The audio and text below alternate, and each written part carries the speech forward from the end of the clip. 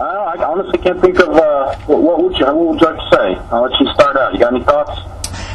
Well, it's clear that we're in a position with our discussions where it's you trying to counter our evidence at this point, as opposed to us trying to prove the official story a lie to you. Because bottom line, we've provided the evidence. It exists. It's there.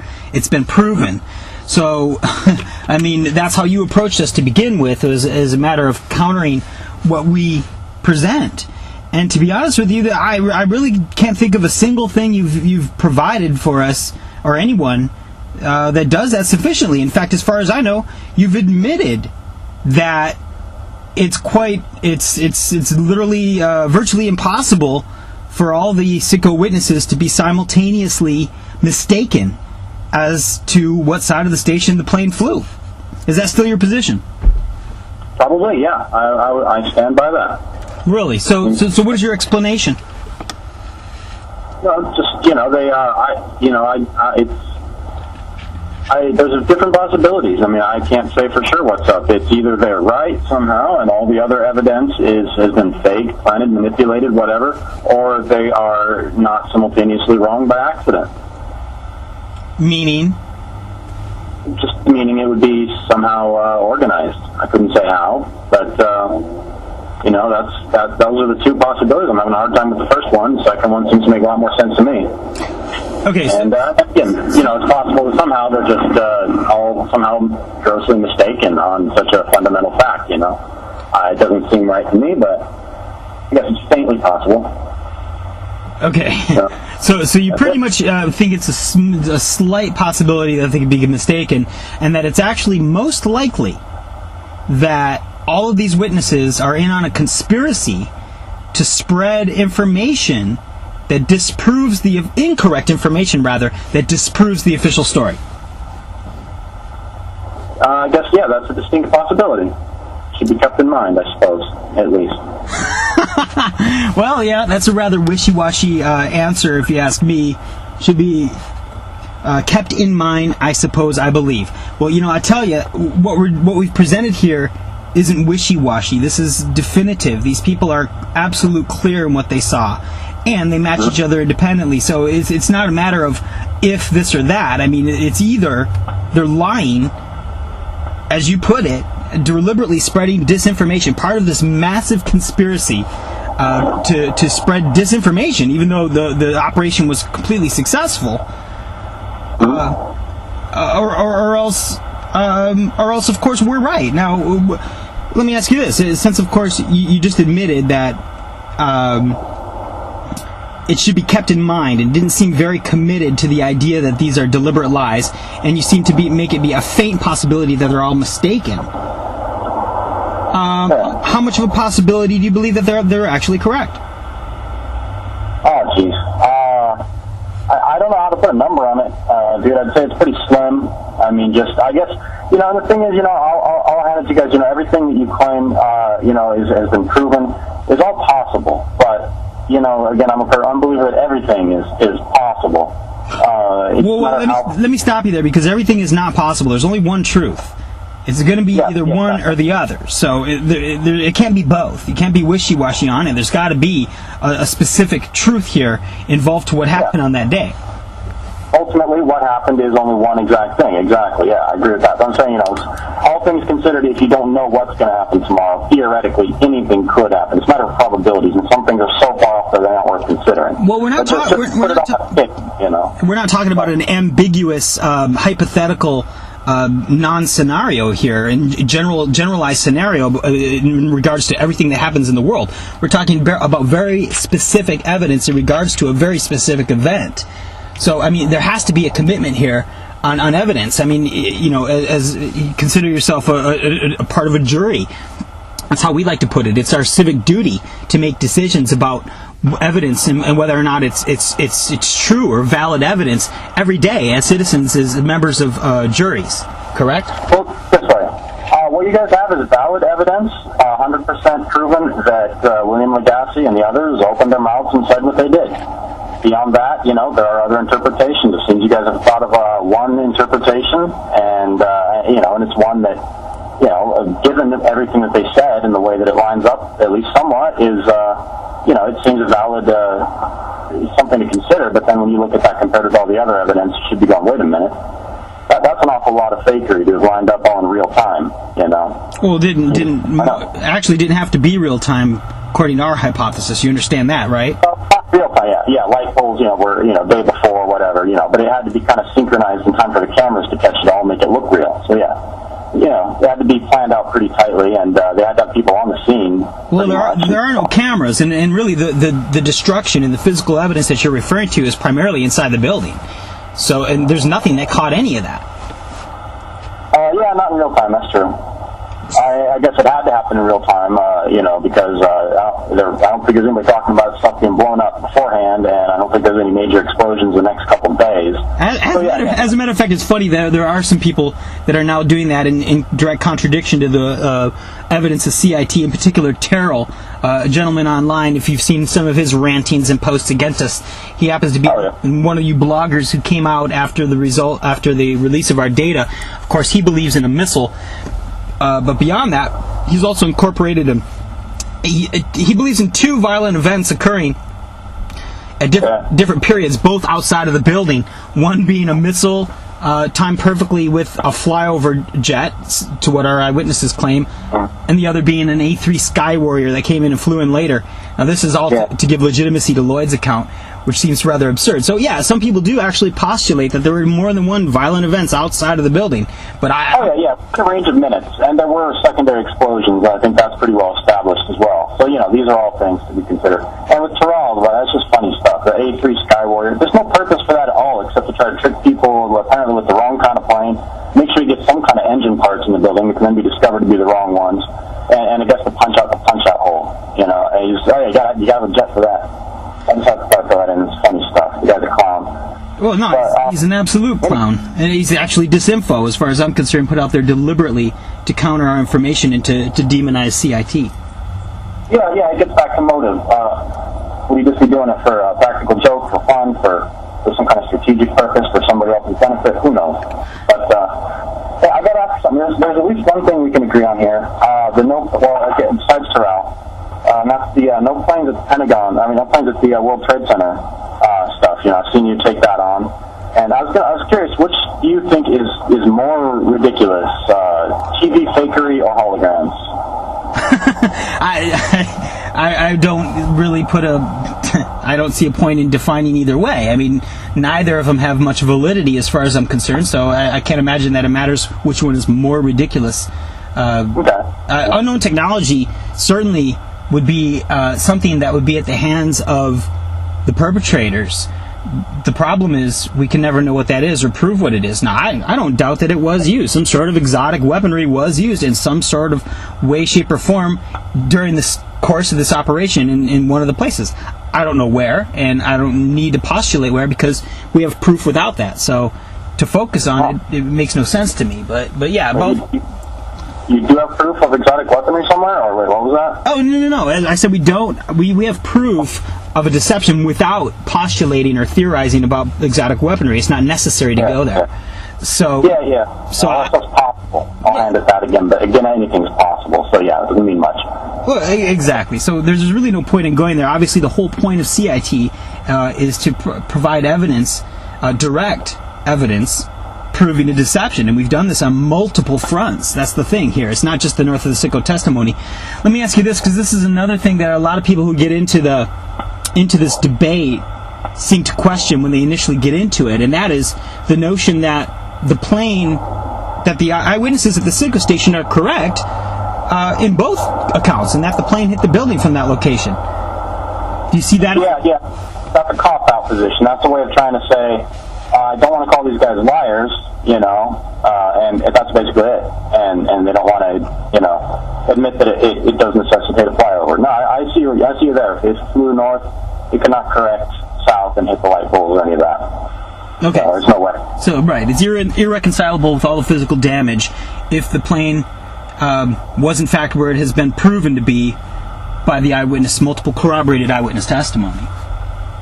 Yeah, and they corroborate each other again on the north path. not necessarily on the model color. I mean, we're actually pretty certain it was an AA silver jet. Brooks was saying it was some kind of a white or off-white beige type of jet, and then there was like some different descriptions of the color scheme, and it kind of seems like maybe the white jet, is that kind of basically the one that you think they all saw? At this point, yes, because of further evidence and corroboration. I mean, the two most corroborated factors that we've been able to obtain from talking with eyewitnesses direct and canvassing the neighborhoods are, number one, the north side, number two, the color of the plane being white.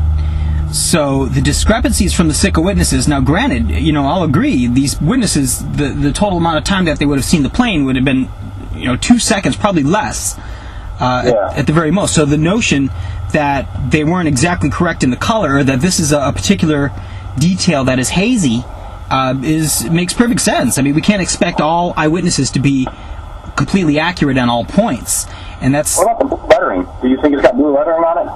I've got no reason to believe that that's specifically the case. No. Okay. That's fine. That doesn't match AA, and that's what Brooks said is on there. Well, actually, Brooks said it was United. Yeah, exactly. United, I think it has blue letters. It has a giant blue U anyway.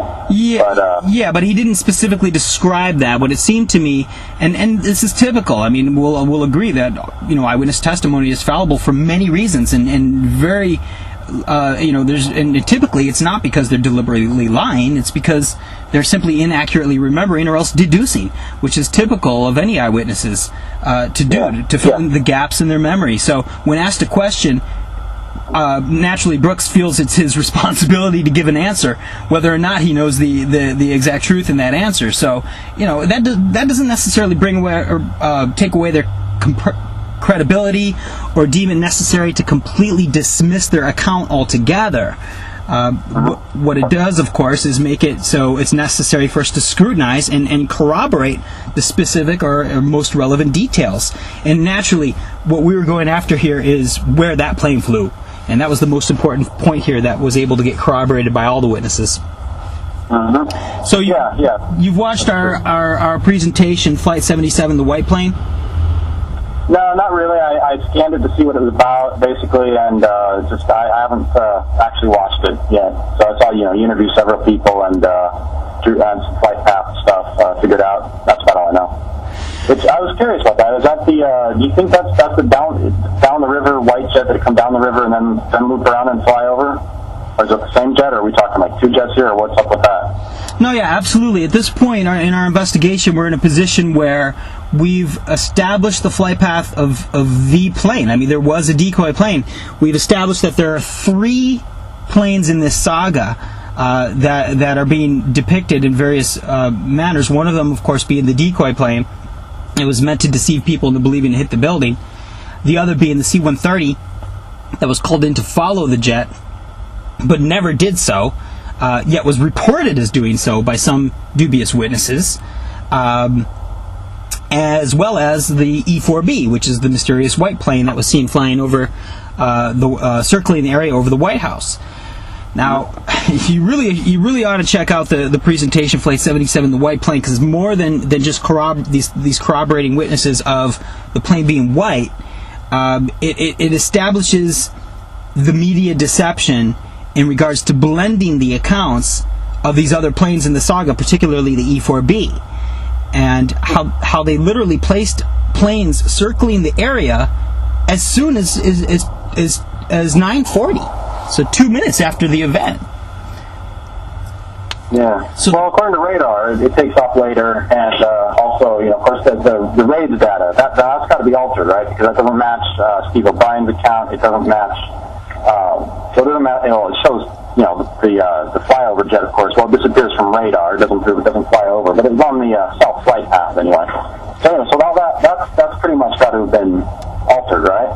Well, there's no question. There's nothing to support it other than it. So, yeah, bottom line, it's been proven to be fraudulent on many fronts, and that's what our next short's going to be about. Pretty much to establish the earlier path of the flyover jet as coming from the east side of the Potomac River, as well as to establish the fabricated testimony that we have coming from other eyewitnesses in regards to the behavior of the C-130, which is complete contradiction to what the C-130 pilot himself says, and even the C-130 pilot himself is a complete contradiction to the NTSB data. So they're putting themselves between a rock and a hard place. The more information they reveal, the more they expose the deception here, and hold themselves to their own words and their own story that they've been dancing around since the beginning. So yeah, it's clear that data is fraudulent. Oh, it's got to be a pretty exciting time. Sounds like they made a lot of mistakes, and you guys get to be there to kind of clean up the mess, as it were. Well, yeah, at least try to untangle the web that they've woven, this web of deception, and that's what it's done. They've done it through confusion. They've done it through blending the accounts of these other planes with the actual plane, and they've done it with fake, fabricated eyewitness accounts and planted testimony. So there's no question that all these factors are involved here. But back to the sicko testimony. I mean, really, it does come down to the fact that at this point, your only reconciliation in order to be able to continue to support the 757 impact hypothesis is that all the witnesses we present are in on the plot and literally fabricating their stories as disinformation. Yeah, that sounds kind of silly, huh? Yeah. Quite. Well, the converse side, of course, is to stop believing in the 757 impact hypothesis. I have to believe all those plane parts were planted in the building. The 50 columns were destroyed with bombs. They were blown up and out, even though there's no blown up columns all over the lawn. I have to believe half of all these other witnesses were either lying or totally tricked from every angle by sound and sight clues into believing. Wait a minute. All these other witnesses, who? What witnesses are lying that you're talking about, or need to be in order to discount the North of Sicko? They're all lying in the sense that they were tricked into lying by saying the plane hit the building. I mean, there's not a single person that said it did anything other than that. It was close enough to see one way or the other. Tricked into lying? I don't understand what you mean by that.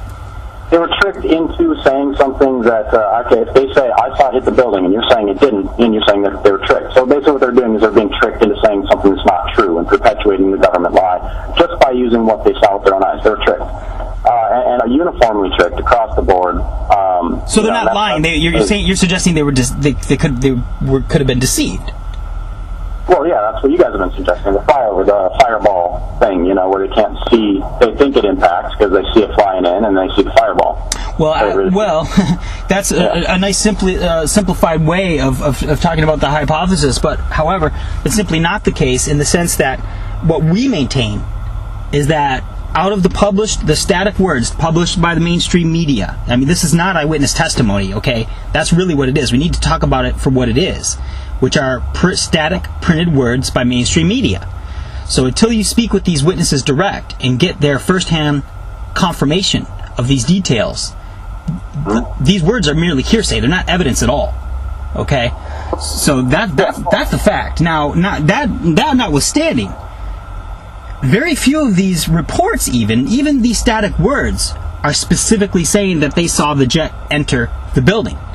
And we're not trying to claim that all these people were deceived even though they claim they saw the plane enter the building. What we're specifically stating here is that these people aren't even making that claim, and most of them were not in a position to see the impact side of the Pentagon or even the Pentagon at all.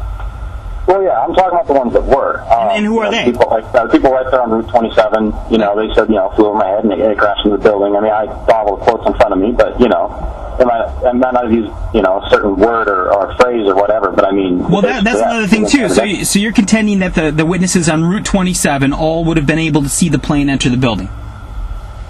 If they were looking in the right direction and they were parked close enough, I don't see any obstruction of view that I can think of.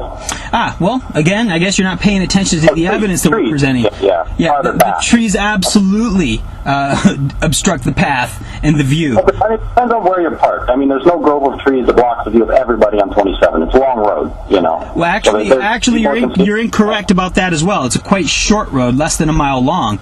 But that notwithstanding, the area that we're talking about that would be behind the flight path, be in a position where they would be able to see the plane as it passed in front of them, as opposed to having the plane and the flight path being behind them, is less than a quarter-mile stretch. You didn't know that? Again, there's going to be some people at different spots even further back that will probably be able to see it. Wait. Where's that? Probably be able to see it? I don't know. Never mind. I'm not getting into it. I don't know. I don't have it all mapped out here. So you're incorrect, because you absolutely are incorrect. When you're before the overpass on Route 27, you cannot see the impact side of the Pentagon or the Pentagon at all. All right? Okay, you're driving at some specific witnesses here. I'm guessing I have Mike Walter, right, and maybe a couple others. And, I can see that, for whatever reason, if it's quite, I haven't looked at all the exact science, whether you could see maybe between the trees or anything like that. But, okay, whatever. Maybe they embellished their accounts for whatever reason. Okay, well, there you go. So this is very important. There is no whatever. I mean, the fact is, you need to plot their POVs in order to determine what they would be able to see if you're going to cite them as legitimate witnesses who claim they saw the impact. I've let that one go. I don't even really as much because, the fallibility, the fact that even if they saw and remembered correctly, you got language issues as to how they explain it, the adjectives they use, and things like that. And it's just all a little bit too vague, So most of my evidence has just been looking at, the building was damaged consistent with what a 757 would do. There's all the plane parts inside. There's a missing plane. There's a radar track. There's flight data recorder that says it went that way. Okay, wait a minute. So, all right, first off, let's back up for a second before we get into the physical evidence. So you're admitting that there's no definitive eyewitness testimony that is sufficient evidence to convince you of a 757 impact? No, it's all supporting evidence. I don't take it as crime evidence. Although you're not able to cite any specific account that you believe to be legitimate supporting evidence. No, I just said I don't go around making that argument. I don't go around looking into that stuff a lot. You had that challenge where you challenged me. That's about the only time I really look closely at eyewitness accounts. Got it. Okay, so we've established now then that you're not citing eyewitness testimony as valid evidence in support of the 757 impact. It's fine, valid evidence. I just don't use it myself a lot. How is it valid evidence, and what is valid evidence? What is valid evidence?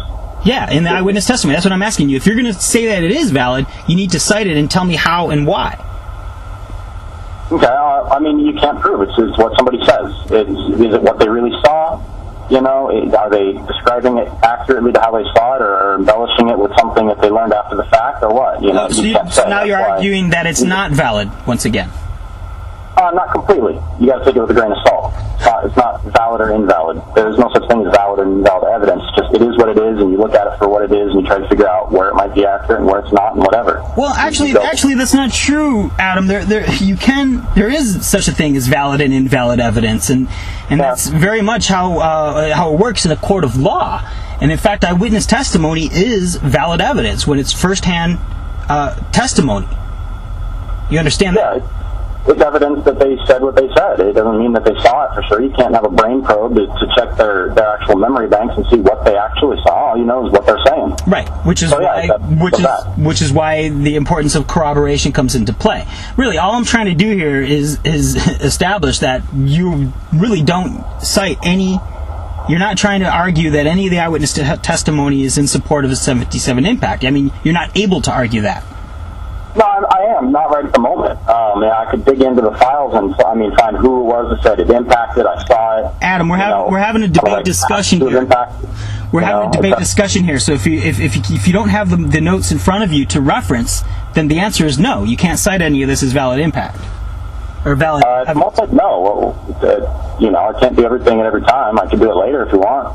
Well, no, the debate discussion's happening right now. So the answer is no. You have no evidence, eyewitness testimony evidence. All right. Yeah, sure. That you can cite.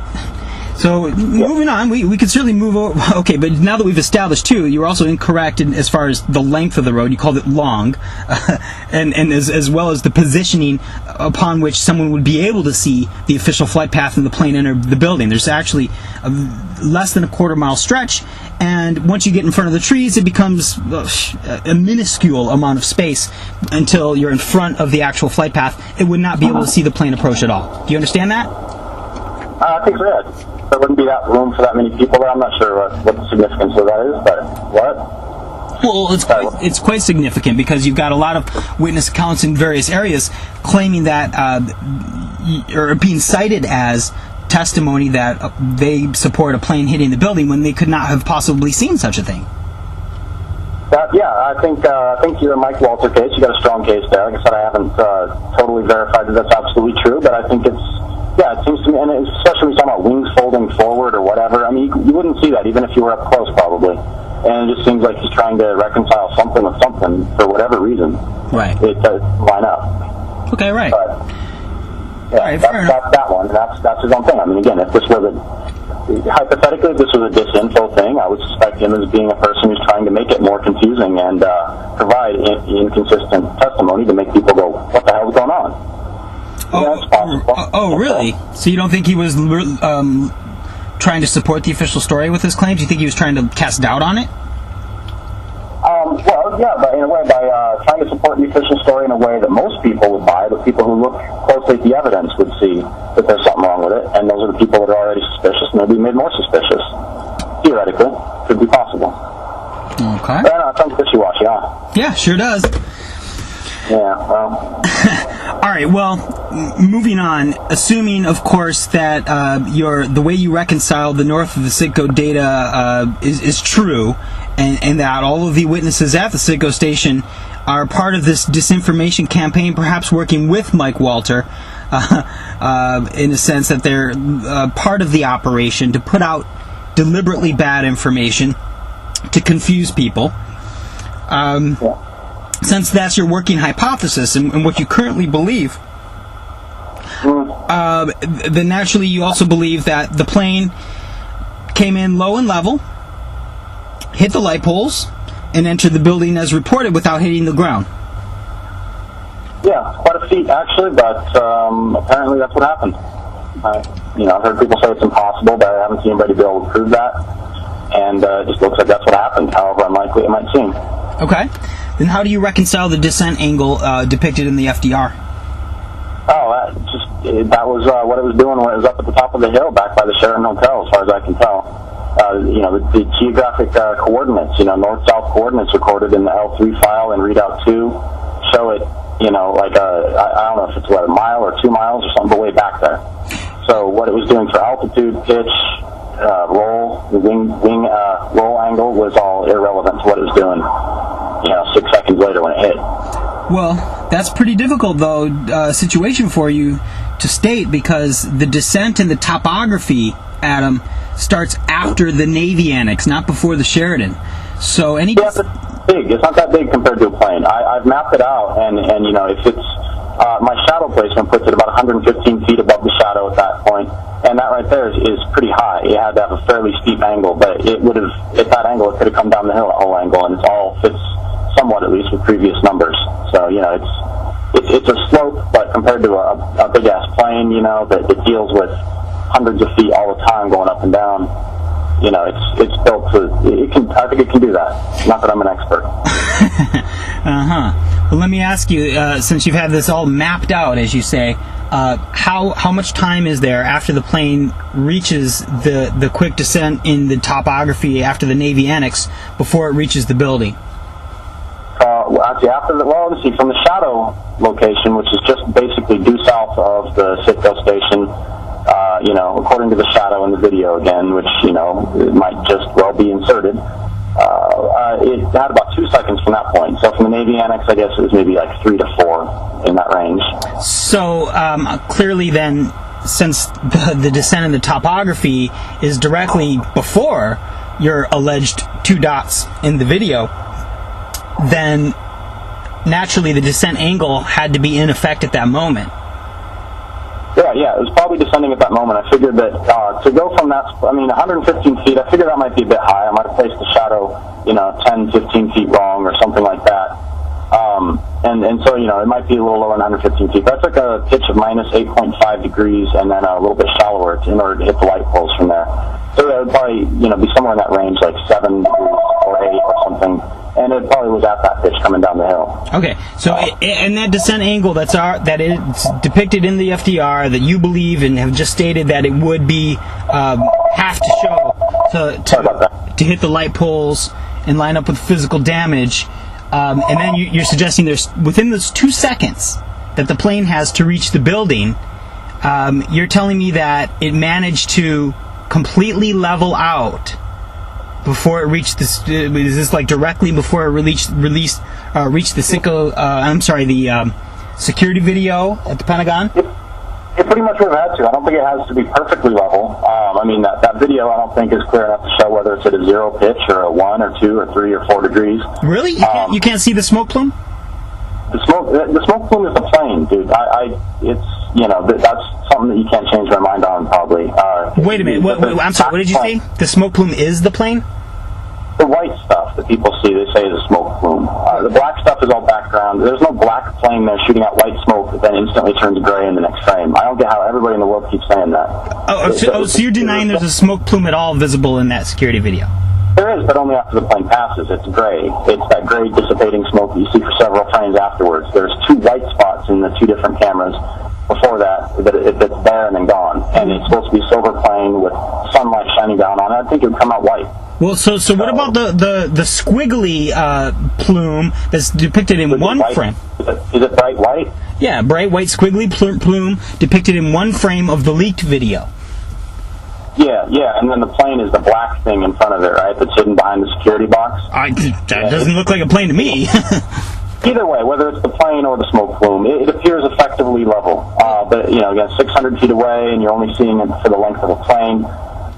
You know, I don't think a pitch of like 1 or 2 or 3 degrees would be really visible, you know, from that distance. It would look basically level, I think. But this is like science stuff. I don't know for sure. Well, not to mention, you're talking about a plane, a 757, a massive jumbo jet, obviously handles like a pig. This is not a fighter jet traveling over 500 miles per hour. You're saying within 2 seconds it was able to completely level out. Well, it would have to, basically, to be, well, I mean, again, we're going off of what the altitude was before, and you know, the best number I have right now, since the FDR stops way early, is the shadow thing. If the shadow is true, it appears to be somewhere around 100 feet above ground. That's a bit high, gives it a bit of a steep pitch. It's a bit, the pitch change from second to second is more extreme than most of what's recorded in the FDR. Also, at that point, that's too high to hit the light poles, Adam.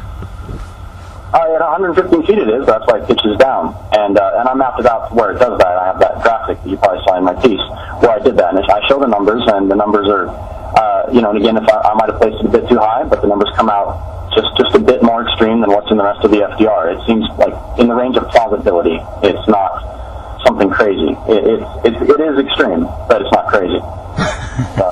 Yeah, you know, and again, that's what would have to have happened. If it was in the air, you know, at some point above the ground, south of the Citgo, it would have had to drop to some other level and hit the light poles and effectively level out and hit the building. And that seems to be what happened. Okay, so the further we get deep into this, the more it seems that you're citing things that had to have happened, is the way you're putting it, in order to fall into your theory, even though this falls on the face of the eyewitness testimony evidence that we've presented, proving that the plane wasn't anywhere near that location. Yeah, it does. And again, that's why, you know, I have to go into, well, which thing is wrong? Am I going to discard, you know, all this, you know, to accept these witnesses, or am I going to say somehow all those witnesses were wrong? Well, you're not discarding all this. What you're doing here is it seems like you're stretching credulity to make it fit, because you think that's what it had to have done. And then this is the language that you're using while describing it, and that it seems, you know, unlikely and pretty extreme, even, you said, and doesn't make a whole lot of sense. However, it had to have done that, is what you're saying, even though the evidence proves it wasn't near there. But okay, neither here nor there. Let's start with the physical evidence with light pole number 1. Since, of course, assuming that with the descent angle of it being 115 feet just before the Citgo station, it was able to descend fast enough to hit light pole 1. Even still, while still descending, that you still find it acceptable to believe that this pole entered the windshield of Lloyd, the cab driver's cab, and that he ended sideways on the road. It caused the physical damage to the interior of his cab, including destroying the dash and knocking the seat off the hinge without ripping the seat, and that he ended up sideways on the road with the bulk of the heavy end of that pole sticking out over the hood without scratching the hood of his car. Mm-hmm. Yeah, as far as that goes, I wouldn't necessarily expect a scratch. If it was flying in, it's kind of like the plane in the foundation. If it's above a surface and it's flying essentially horizontally, it's not going to damage that surface, you know. So on the way in, it might not scratch the hood. On the way out, if they lifted carefully, it wouldn't. And the only other thing wait. On the way in and the way out, that's not all there is. The car came to, according to the witness, the car came to a complete stop with the pole still sticking out of the hood. Yeah. Now, and then the other thing I would expect in that case would be a dent. And it's true, I'm not seeing a dent. I don't know what kind of hood that is. You can just pop a dent out and it doesn't leave a mark. I think that's the modern plastic hoods, right? That one would probably leave a visible dent.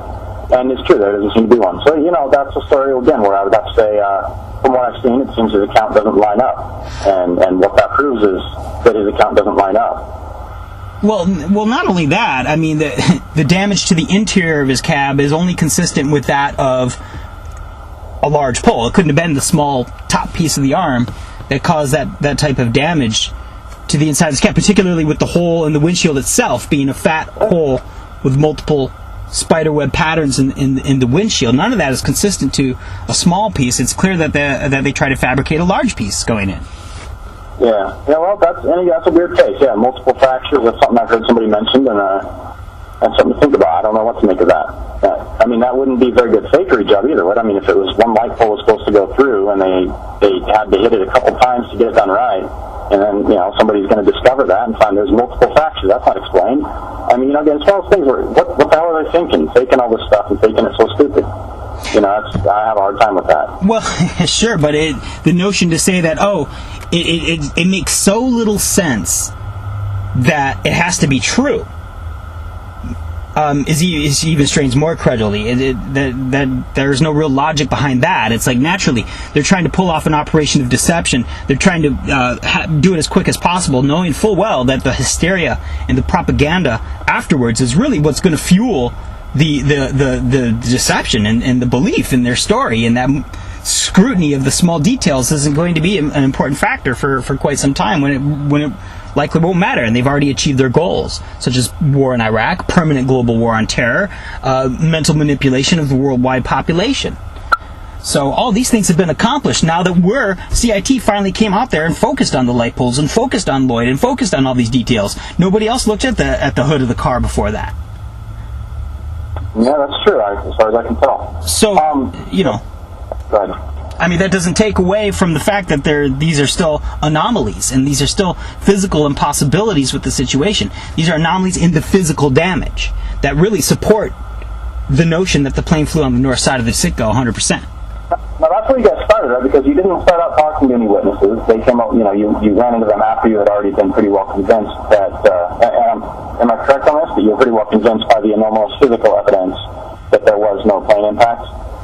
Yeah, no, absolutely. We conducted our investigation not believing in a plane impact. We went there looking to prove it. Looking to prove that a plane hit the building, to put our minds to rest. Really, or that there was a plane at all. We figured, heck, you go there, you knock on doors. If there was a plane, people are going to tell you they heard it or saw it. And so you guys were even trying to believe that a plane impacted, and you still were not able to pull that off, huh? Well, exactly. I mean, yes, that was pretty much it. Well, number one, like I said, the number one thing was to find out if people said they saw a plane at all, which they did. So immediately, we had to shift gears on our belief, according to the evidence that we obtained on our own. So, you know, believing so much or just theorizing over the pictures and things of this nature and thinking, well, heck, was it a missile? Was it A3 Skywarrior or whatever?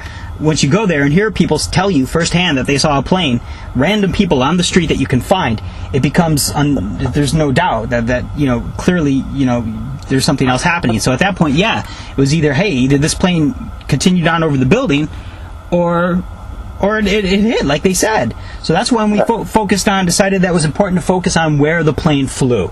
And now, you know, blank slate at first. There were witnesses who've been published who said they saw a plane. So, I mean, you know, were you surprised to find that all the previously published witness accounts you'd read of a plane in the area were actually true?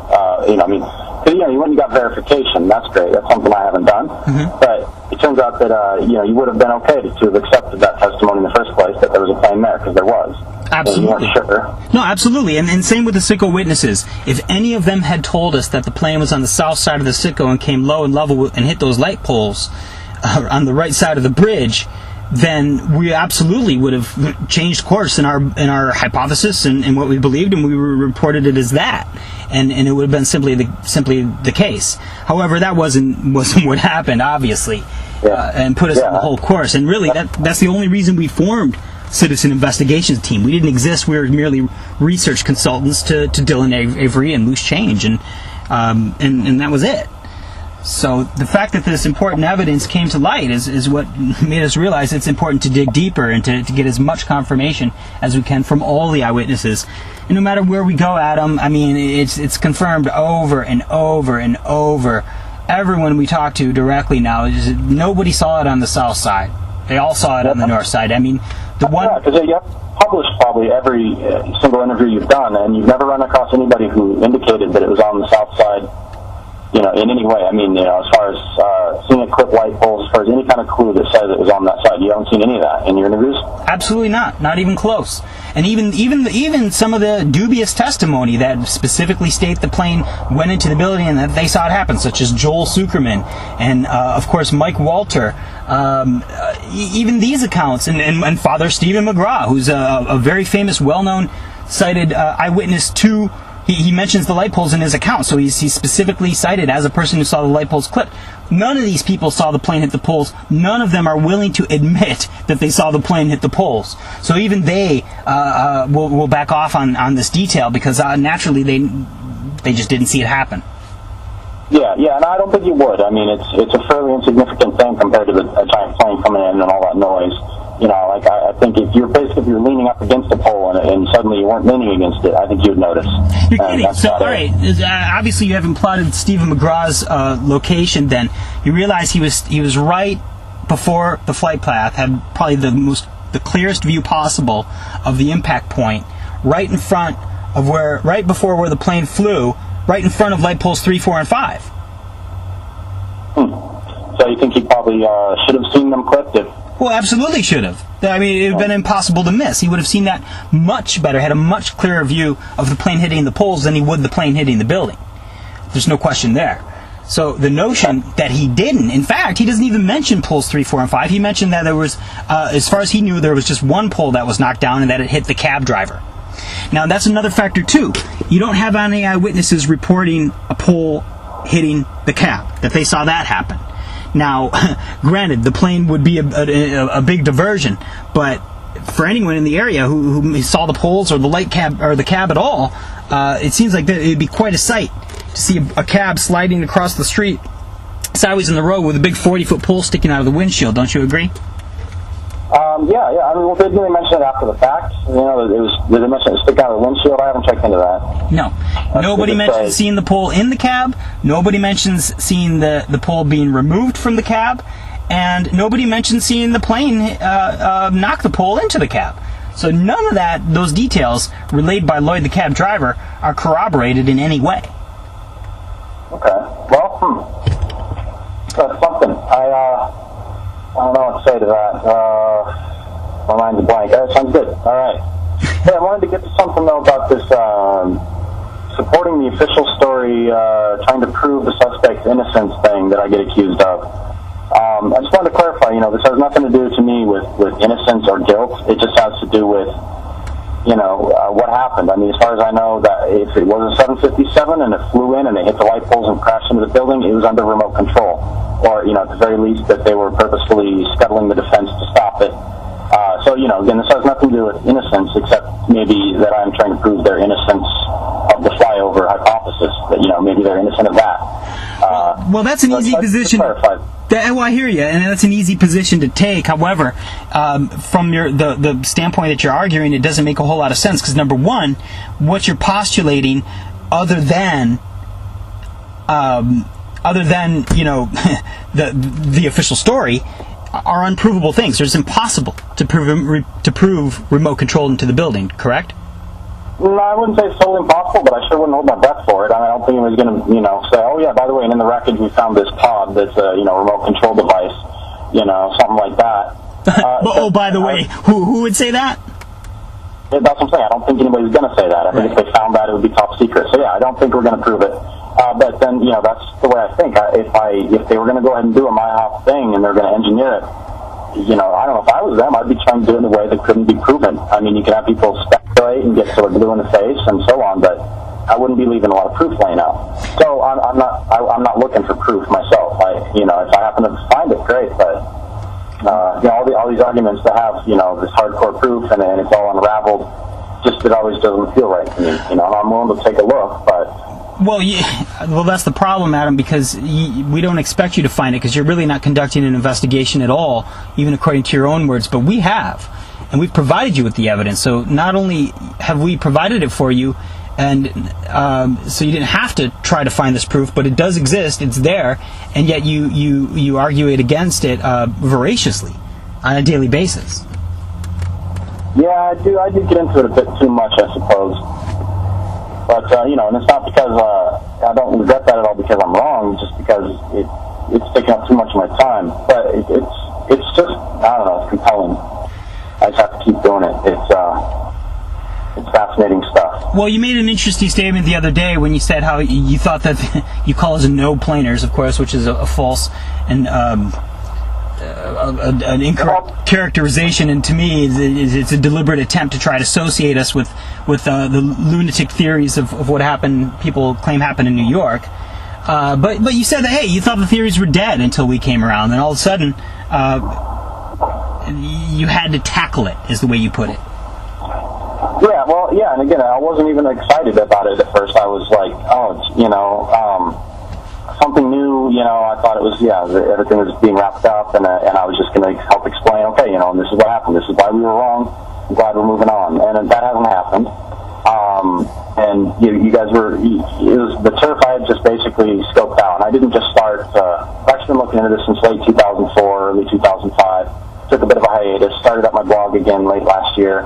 And it was early this year that I heard about this video, and I thought, okay, geez, that's in my turf, I gotta check it out. And so yeah, and then, you know, I've been tentatively, like when I first wrote my piece, you know, I was writing stuff kind of off the top of my head, and it's not that any of the impressions I had were wrong or anything. It's just that I was taken by surprise that I'd have to deal with you guys personally, and I wasn't prepared to defend it all, you know, 100%. So that's why I took that down, is I just kind of was caught off guard. You know, if I put it back up, I'd still feel pretty comfortable with most of what I said, to be honest with you. Oh, really? But, shit, what was my point? Oh, well. Anyway, yeah, so, I'm sorry. Go, if you've got anything to say, go ahead. I said my thing there. Well, you know, I mean, it's just doesn't seem to make a whole lot of sense. So you're saying you restarted your blog again late last year. What month was that? I think the first post I put back up was October.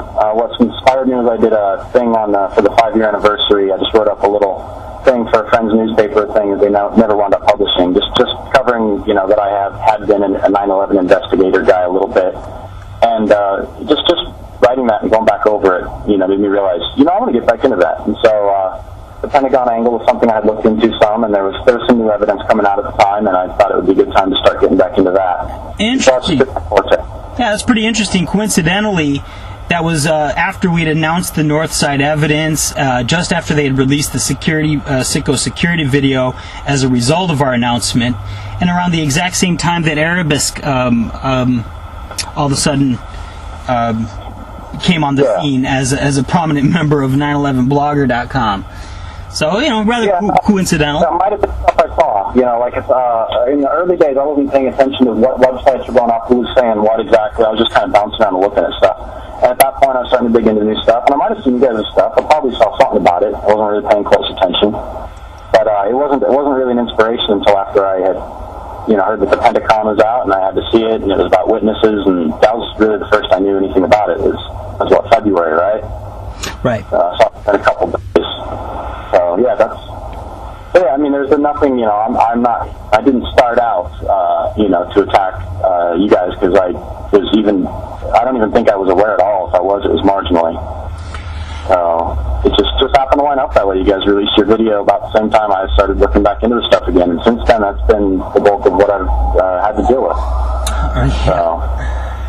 Well, okay, back to the evidence, another interesting factor in regards to the physical evidence, of course, is the notion that the plane came perfectly leveled out, allegedly, but you agree, there seems to be contradictory statements on your part in the sense that You think the ASCE report is incorrect about the wing tilt, yet you also do seem to suggest that a wing tilt did exist. I think they're actually they're correct and incorrect. I think what it is, they just didn't try to explain the complex dynamics of a crash where different parts are hitting at different times and position can change.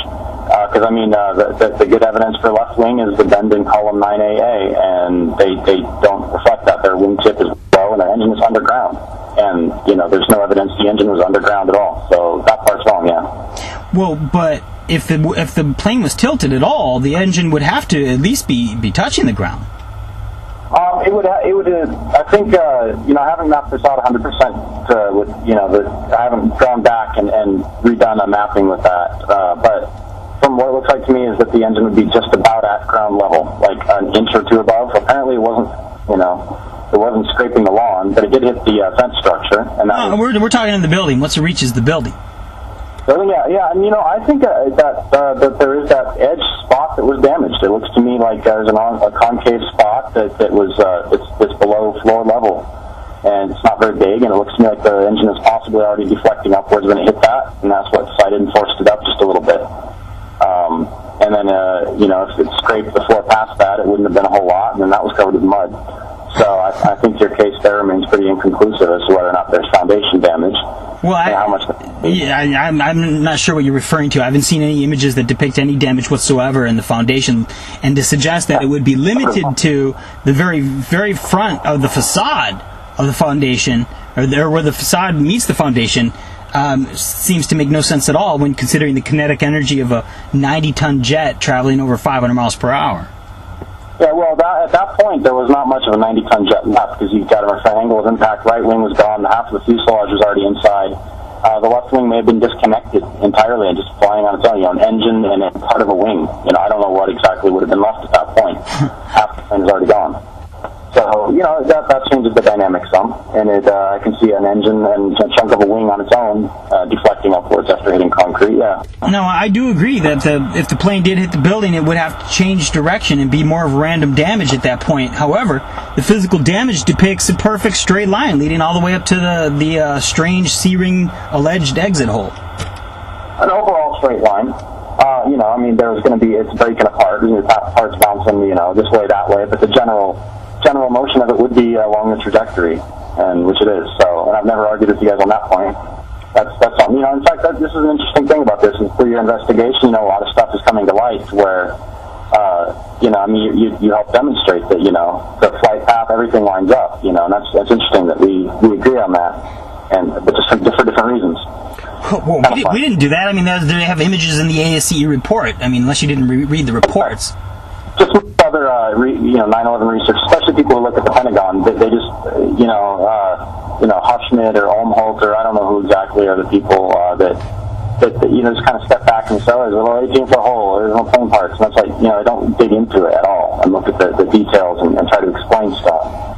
So I don't know, it's just an interesting thing. I admire that about you guys. I respect that. You got a lot of good photographs, a lot of good analysis, and things like that. It's all worth what it is, and I take it, I look at it. I will watch your white plane video too. I haven't got around to that, but and we've also provided for you location videos from our last trip on our new series, and this is important too as a resource, because as stated, it's people who haven't been there like yourself, and most of these alleged Pentagon researchers who haven't even bothered to go to the area and survey the topography and analyze the various point of views. Don't realize that there really aren't any. It's very difficult, and even at the Navy Annex, you can't see what's going on at the Pentagon, and none of the neighborhoods of Arlington along the flight path have a view of the Pentagon at all, and that literally you need to be at the CITGO station before you get a view, and that's why the eyewitness testimony at the CITGO station is so important. Yeah, which is why it's weird that important testimony came out contradictory. I'll hand you that. It's very interesting stuff. Yeah, bottom line, these guys really have the most important vantage point of the final moments of the flight path. Even the people on Route 27 really wouldn't be able to get a good handle on it because of the direction that the plane was headed and where it was coming from. Whereas the people at the CITGO station, as the plane flies right by them, And so what about people that are right between the witnesses at the CITCO and the Pentagon? I mean, is there any reason why somebody right along that flight path, they wouldn't be able to see it very well? What do you mean? There is nothing there. There's nothing there, but it's freeway. Route 27 and cars on it. I'm saying, you said the Route 27 witnesses wouldn't be able to see anything. The CITCO people would. But I mean, it's right between the two, and there's no obstruction of view. Well, no. I didn't say they wouldn't be able to see anything. What I said was that the witnesses at the CITCO station have the most significant vantage point of the flight path. When you're on Route 27, your perception of the plane approaching isn't going to be definitive to be able to tell exactly where it was, particularly in relation to the CITCO. Mostly because you're in the car, and you can't see a full view. Yeah, and the plane's coming, it's headed towards you, and it's moving so fast that, it would likely be right in front of you before anything. So, you're not in a good position to judge. The vantage point isn't a good position to judge the flight path, whereas when you're at the CITCO station, because of where the plane flew, I mean, no one argues that the plane... Relative to the CITCO, I agree, because you're at the CITCO, and you're standing there, and everybody knows their left from their right, and so on, so yeah. Yeah, so it's virtually impossible to get to make that mistake. So it's quite interesting how you're willing to admit that as someone who refuses to accept this testimony as valid. Well, it's not bad. I mean, it's the way that you guys spin it. That nobody, now you're saying every witness confirms the north path because... As you say, witnesses on Route 27 wouldn't be able to tell one way or the other, so now you're saying they'll confirm it. No, I don't say they don't. I'm not saying they confirm the north path. I've never said that. What I'm saying is that all witnesses saw, what all witnesses, I mean, I'd have to dig up the exact words you used, but you've gone as far as to say that's what all the witnesses saw. No, apparently, just based on the belief that that's what happened, and that therefore that's what they saw, even if they say something like, like Terry Morin said that he's standing outside the Navy Annex and it flew along the south edge, parallel to the south edge of the Annex, which puts it on the south flight path to hit the light poles. Well, right, but that's assuming the trajectory is exact. I mean, even when going off of Edward Pake's account of the plane crossing over from the south side of Columbia Pike to the north side of Columbia Pike, passing over the Navy Annex, is totally reconcilable with Morin's account. Now realize... No, I disagree with that. You said that before. I mean, one is cutting diagonally across the Annex, and the other one is flying south along parallel to the south edge. Those are two totally different directions. Right. Well, number one, Morin's account has not been confirmed. Let me see Morin draw the flight path as well. And if he draws it completely parallel, then that's another thing. As it stands, these are static words printed by the mainstream media. We've attempted to contact Morin, and he wouldn't clarify his account for us. So, it stands as that, as hearsay, until it's clarified. So there's no direct confirmation firsthand from witnesses that directly contradict Edward or any of the CITCO witnesses' claims, and that's the fact. Now, I'll even reveal to you here, the new witness that we have is a published account. One of the new Northside witnesses was Levi Stevens. Have you heard of him? Yeah. He was in the south parking lot, leaving the south parking lot, facing towards the CITCO station, like on the off-ramp, about ready to take off. And that puts him directly in front of the bridge and the light poles, and very close to it. Okay? Now he states emphatically that the plane was on the Arlington Cemetery, complete other side of the CITCO station. So he's absolutely certain the plane was not directly in front of him. Yeah, no, who does know, Levi Stevens, who does he work for again? He was a courier for the Pentagon. So yeah, he's a simple courier, and he believes in the impact, but he wasn't facing the Pentagon, so he wouldn't have necessarily seen the plane enter the building. However, he's certain that the plane was on the Arlington Cemetery side of the gas station. Another thing he's certain about is that the plane did not look like an American Airlines jet. Now, I'm curious, was he his angle of view, was he he was south of the Pentagon, more or less? Would you say, was he, if you were heading south, was he kind of parallel with the edge of it, or was he past the edge, or was he still kind of, back in the parking lot, or was he forward from the parking lot? If he looked for his right shoulder, would he be able to see the face of the Pentagon? Yes. Okay. He would have to turn. He would have to physically turn to see it. He was in front of the Pentagon. So he would be able to. Of course, the event would be so quick that to say that he absolutely caught it, I mean, you simply can't. And it doesn't matter, because the fact that he places it on the north side proves it can't be what made the physical damage. Plus, he double confirms that he did not see an American Airlines jet. Now, he doesn't call it white. He says it had a brown belly. But, yeah, which is quite odd. I forget, or tan. He describes it as tan belly. But he even on that day, he was mystified that they were calling it American Airlines. So that's compelling testimony as well. Now, one more reveal I'll give to you here, because I think at this point it doesn't. There's really not much else we can do. And now both of these accounts, what we have are Levi's scared. He's scared of his testimony. He's scared to provide it. So he gave it to us. He confirmed it. We're going to quote him, but we can't give release his direct testimony. He won't let us do that, unfortunately. But we will absolutely quote him and attribute him to his statements. Now, the other witness we have is probably the most compelling you can possibly imagine, and probably the only person who would have just as good of a vantage point as the Citgo witnesses without being at the Citgo station to be able to tell the flight path. Sean Boger. Do you know who he is? No, it doesn't ring a bell, actually. Yeah, boy, you need to do some more research, my friend. Sean Boger is the heliport tower. Okay. So he's working in the heliport tower. He sees the plane coming over the Navy Annex in a strong bank on the north side of the Citgo station. Damn. Yes. That's some pretty, wow. Yes. I tell you, the Pentagon guys, they really got to start paying attention and keeping a tighter rein on people, because, I mean, this is going to blow everything up, huh? Well, obviously, they've got their plans in motion. They don't even care at this point. I mean, people like us are ignored. We're blown away. I mean, people were deceived, and the ones, what can they do? Even the ones who have their questions, they're not talking. So the only testimony we're getting are from people who don't understand the implications of what they saw. Yeah, that's how it have to be. I mean, and it's amazing that none of these people, and especially Bagasse, after he's talked with Eastman and had his testimony used to imply a flyover for years now, has still just never put the two and two together. He's in denial. He's in absolute denial. We've had conversations with him since, and he still refuses to accept that Pole 1 was knocked down at all. Yeah. He just won't accept it. He just refuses to analyze it or accept it. He had some discussions with us. We asked him to meet with us again. He's like, no, he can't do that.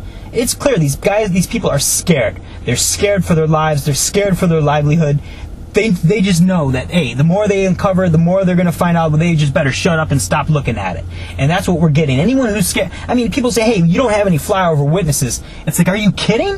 That's like somebody just coming out and saying, hey, I saw Bush pull the trigger.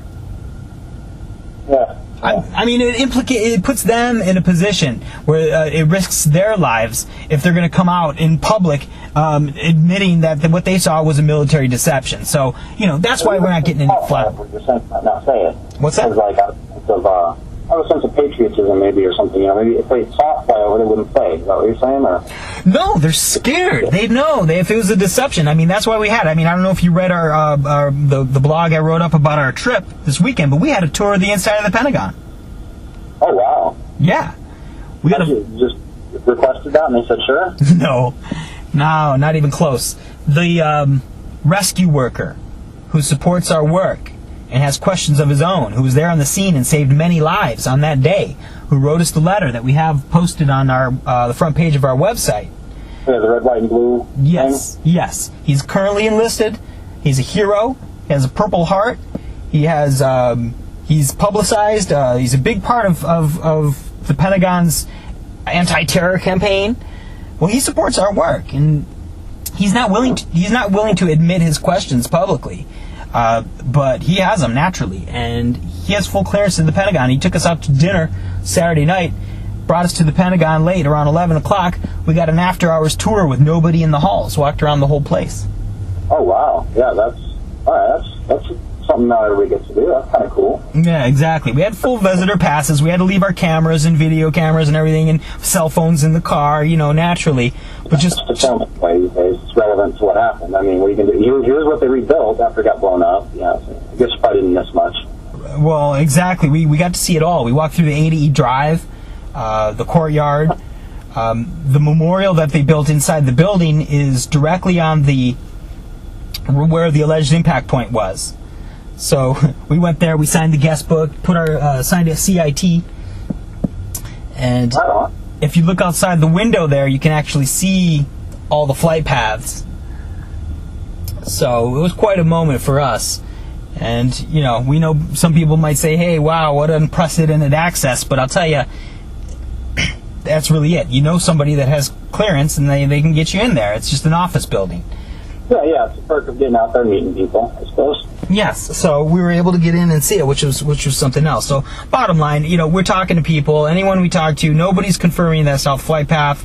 Unless you're in a position to call us disinfo, it's going to be virtually impossible to deny the evidence that we're talking about here.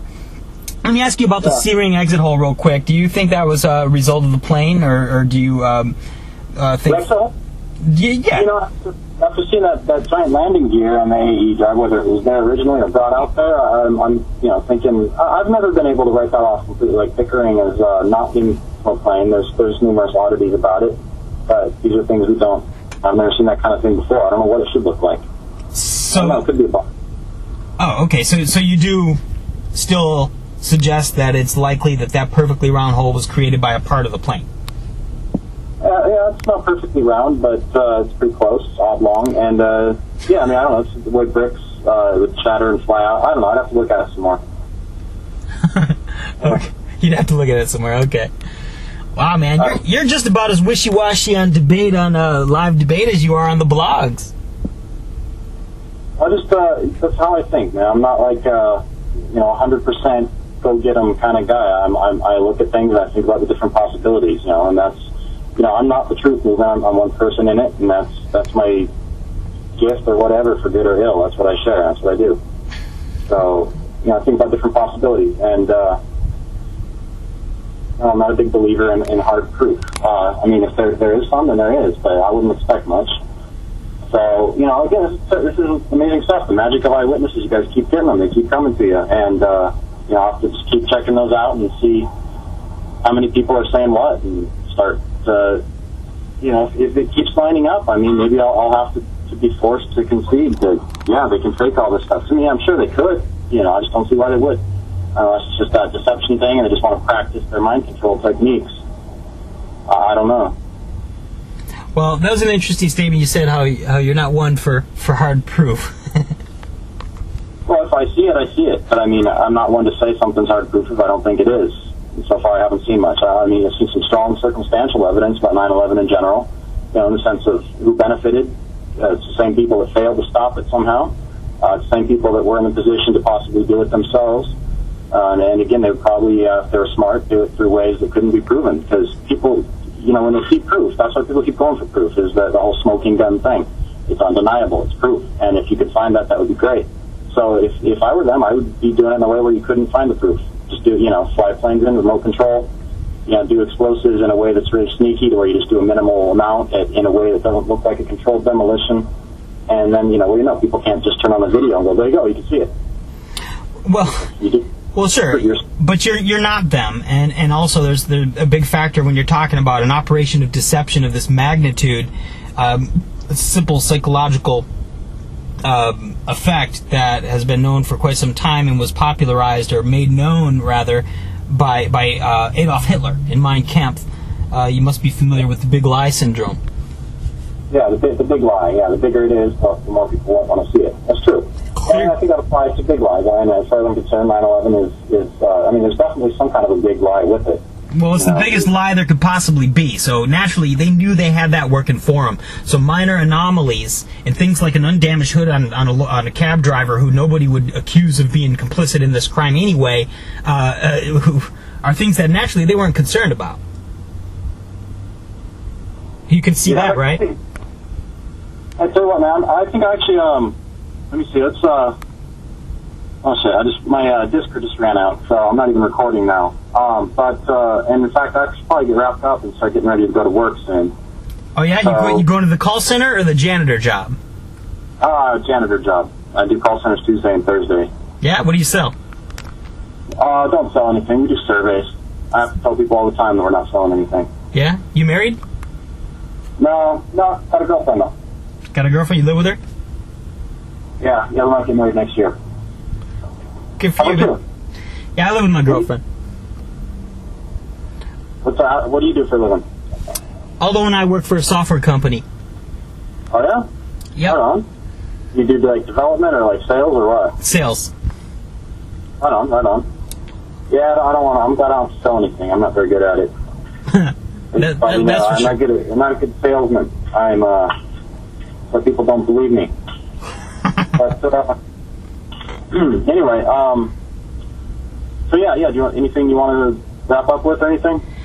No, Adam, I think we pretty much covered the bases here. I appreciate your willingness to get on the phone and let us hear your voice and address some of these questions direct, man, because, most of your cohorts sure aren't willing to do it.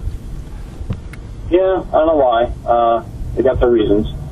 And I was reluctant myself. But, again, there's not much reason probably, and I don't suspect you guys are going to just be childish and call prank me and all that kind of stuff. And even if you did, I could just hang up, So, yeah, nothing to be worried about, nothing to be afraid of, just a little bit of time, and it could be quite constructive. So, wish I'd been able to get the whole thing. Oh, don't worry, I've got it all, so I'll make sure it gets posted for you. All right on. Yeah, I'll just have the crap version that has the end cut off, because I'm just, untechnical like that. But, I don't know, I guess we're just going to probably kind of keep doing what we do, at least until I decide that I can't justify the time anymore, or until I change my mind. It doesn't seem like you're going to be changing your mind, so... Well, we have proof, so there's no way to do that. But I'm quite certain that if you're a legitimate, honest individual seeking truth, that you will change your mind, because the evidence we have is absolutely conclusive and getting stronger by the day. I mean, wait do you see this testimony from the charter boat captain? It's absolutely incredible. It's going to blow your mind and challenge all of your beliefs 100%.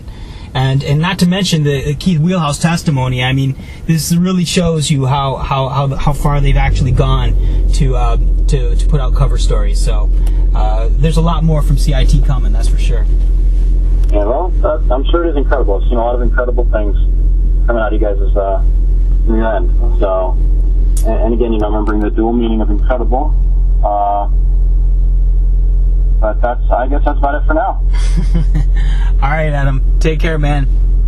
All right, take it easy. And it's too bad, we had to become enemies, I guess, on this front here, because it seems like we could probably get along okay otherwise. I think so. But then we're at each other anyway, so. I think so. We'll see how close you are. You move towards logic and reason instead of pushing yourself away towards conspiracy theories that even yourself find hard to believe. Yeah, well, there's something weird going on one way or the other, and I'm just trying to look for what fits everything. So just be patient with me if I'm not getting it. There's a lot to go on. I mean, I'm struggling with a lot of alleged fakery, a lot of things, a lot of points that have to be mangled. It's a lot to swallow. So be patient. Okay, fair enough, Adam. All right. Well, you take it easy, Craig. All right, peace out. Okay, peace.